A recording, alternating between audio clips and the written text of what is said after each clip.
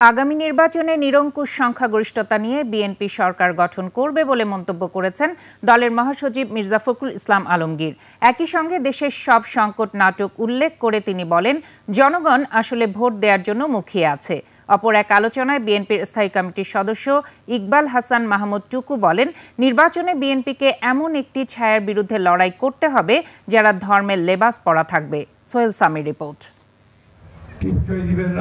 ত্রয়োদশ জাতীয় সংসদ নির্বাচনকে সামনে রেখে নিজ নির্বাচনী এলাকা ঠাকুরগাঁও সফর করছেন বিএনপি মহাসচিব মির্জা ফখরুল ইসলাম আলমগীর। রোববার বিকেলে ঠাকুরগাঁও সদরের ভেলাজান উচ্চ বিদ্যালয় মাঠে মত বিনিময় সভায় তিনি দাবি করেন, নির্বাচনের মাঠে গণজোয়ার তৈরি হয়েছে ধানের শীষের পক্ষে।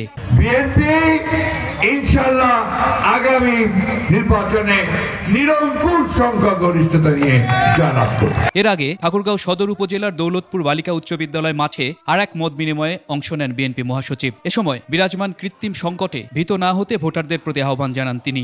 আজকে যত সংকট দেখতেছেন তৈরি করা নাটক, মূল ঘটনা হচ্ছে দেখবেন যে সমস্ত মানুষ এরা অত কিছু বোঝে না, ওরা শুধু ভোটটা দিতে চায়। অন্যদিকে উত্তরাঞ্চল ইঞ্জিনিয়ার্স ফোরামের এক আলোচনায় বিএনপির স্থায়ী কমিটির সদস্য ইকবাল হাসান মাহমুদ টুকু নেতাকর্মীদের সতর্ক করে বলেন, আগে বিএনপির প্রতিপক্ষ ছিল দৃশ্যমান, এবার প্রতিপক্ষ অদৃশ্য।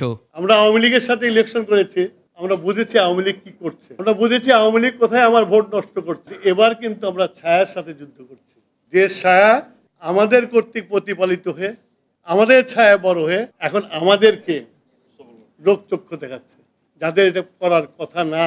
কেননা তাদের যুদ্ধের সময় যে হাতে রক্ত লেগেছিল সেই রক্তের দাগ কিন্তু এখনো শুকায়নি। রাজধানীতে আরেক অনুষ্ঠানে বিএনপির স্থায়ী কমিটির সদস্য আমির খসরু মাহমুদ চৌধুরী বলেন, নির্বাচনের দিনে গণভোটে রাজি হওয়া ছিল বিএনপির উদারতা। অগণতান্ত্রিক যে আচরণ শেখ হাসিনা চলে যাওয়ার পরে আমাদের অনেকের মনে রয়ে গেছে।